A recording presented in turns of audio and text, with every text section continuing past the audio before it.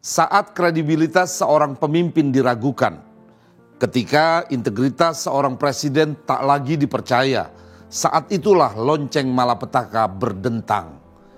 Konsistensi seorang pemimpin adalah jati diri. Rakyat percaya kepada pemimpinnya jika dia jujur dan menjaga integritasnya. Tapi saat pemimpin tak lagi sama antara ucapan dan tindakan, rakyat tak lagi memberikan kepercayaan. Drama keluarga demi kekuasaan, konstitusi yang dicuri demi seorang anak presiden maju menjadi cawapres dalam kontestasi. Dunia usaha mulai ragu atas jaminan hukum dan kepastian investasi.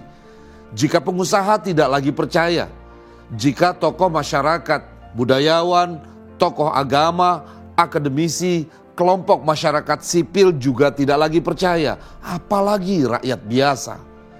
Approval rate yang tinggi ternodai oleh nafsu kekuasaan dan kini pelan-pelan tidak dipercaya lagi.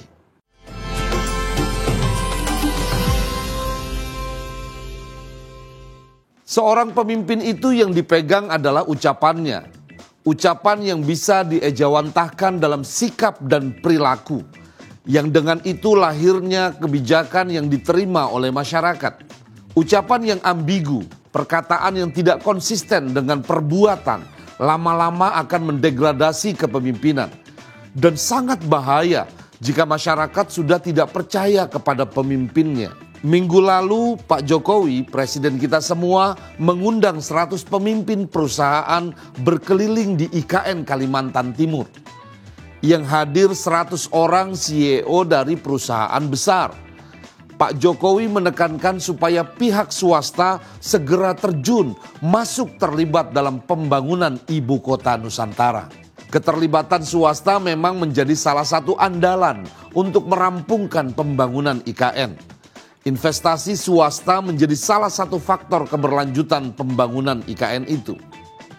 Karena menurut undang-undang, pembangunan IKN hanya boleh dibiayai oleh APBN hanya 20%. Sementara 80%-nya lagi berasal dari dana non-APBN.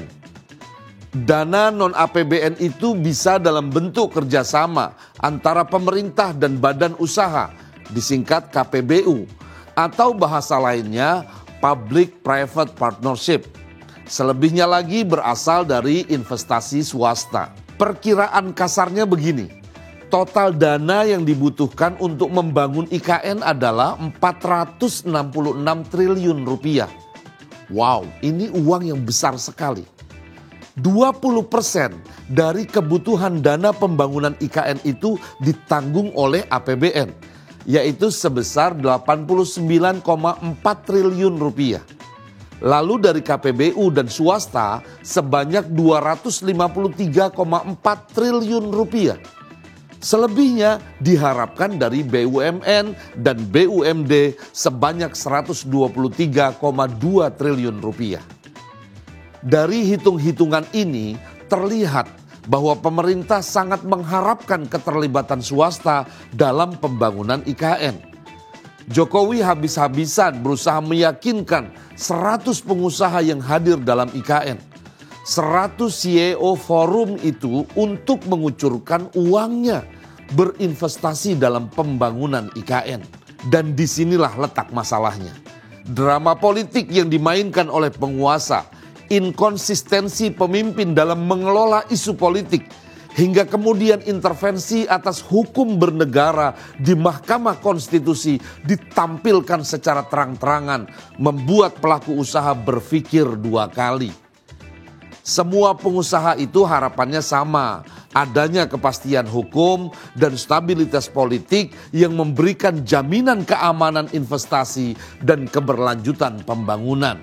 Pernyataan Anne Patricia Sutanto, salah satu anggota Pertimbangan Asosiasi Pengusaha Indonesia atau APindo, paling tidak menggambarkan bahwa dunia usaha mulai tidak lagi percaya kepada Presiden Jokowi. Presiden Jokowi mengalami distrust justru di waktu-waktu akhir masa kepemimpinannya. Sejatinya para pengusaha siap membantu pemerintah membangun IKN. Namun pengusaha dihantui kepastian dan reformasi hukum. Begitu kata Anne Patricia Sutanto. Menurutnya, para pengusaha takut salah langkah dan tersandung kasus yang berujung dengan berurusan dengan hukum. Apalagi masa jabatan Jokowi sebentar lagi akan selesai dan pembangunan IKN berjangka panjang. Jangan sampai kami support tapi kami nggak jelas nantinya. Ujung-ujungnya Bapak tahu deh, ujung-ujungnya kami yang diperiksa. Tandas Anne Patricia lagi. Jokowi berusaha menepis kekhawatiran para pengusaha. IKN dilindungi undang-undang, dasar hukumnya jelas. Para pengusaha tak perlu khawatir.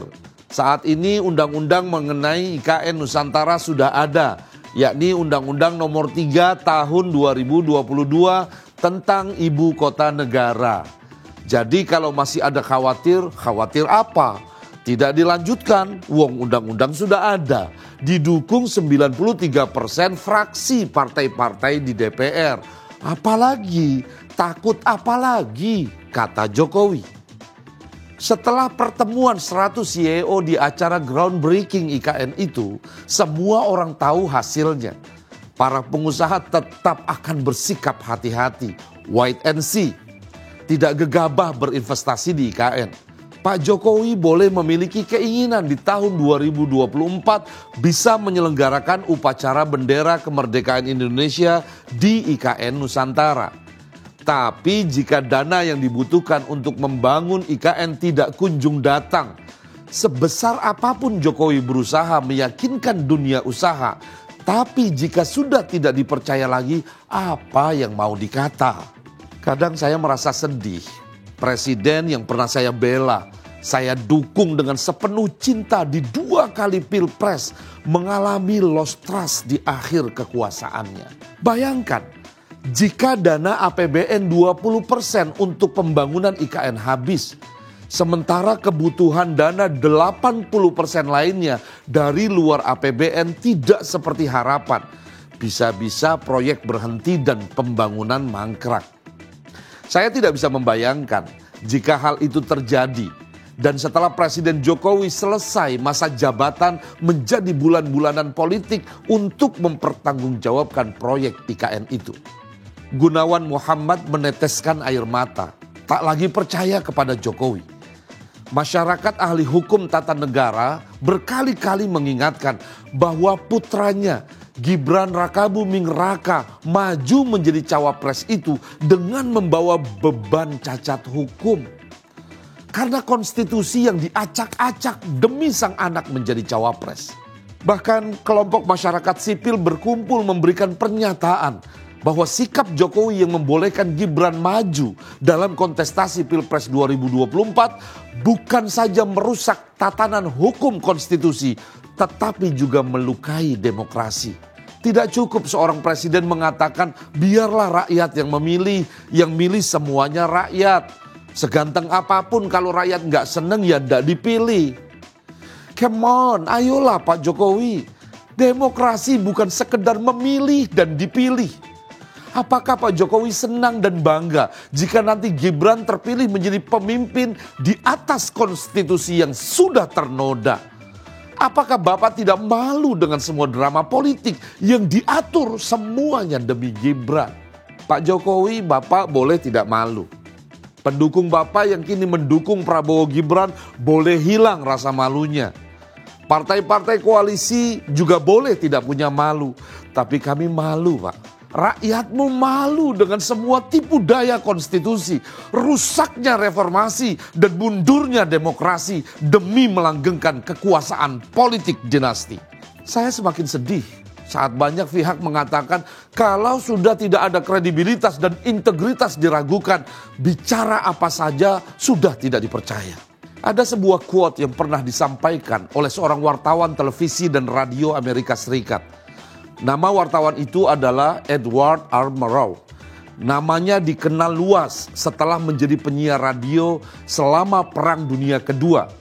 Berita yang dibacakannya waktu itu ditunggu-tunggu oleh jutaan pendengar radio di Amerika Serikat dan Kanada.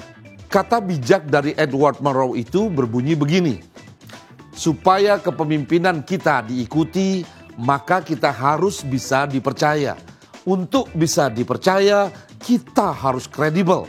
Dan agar kredibel, kita harus jujur. Inilah asa saya, asa Ayah NH.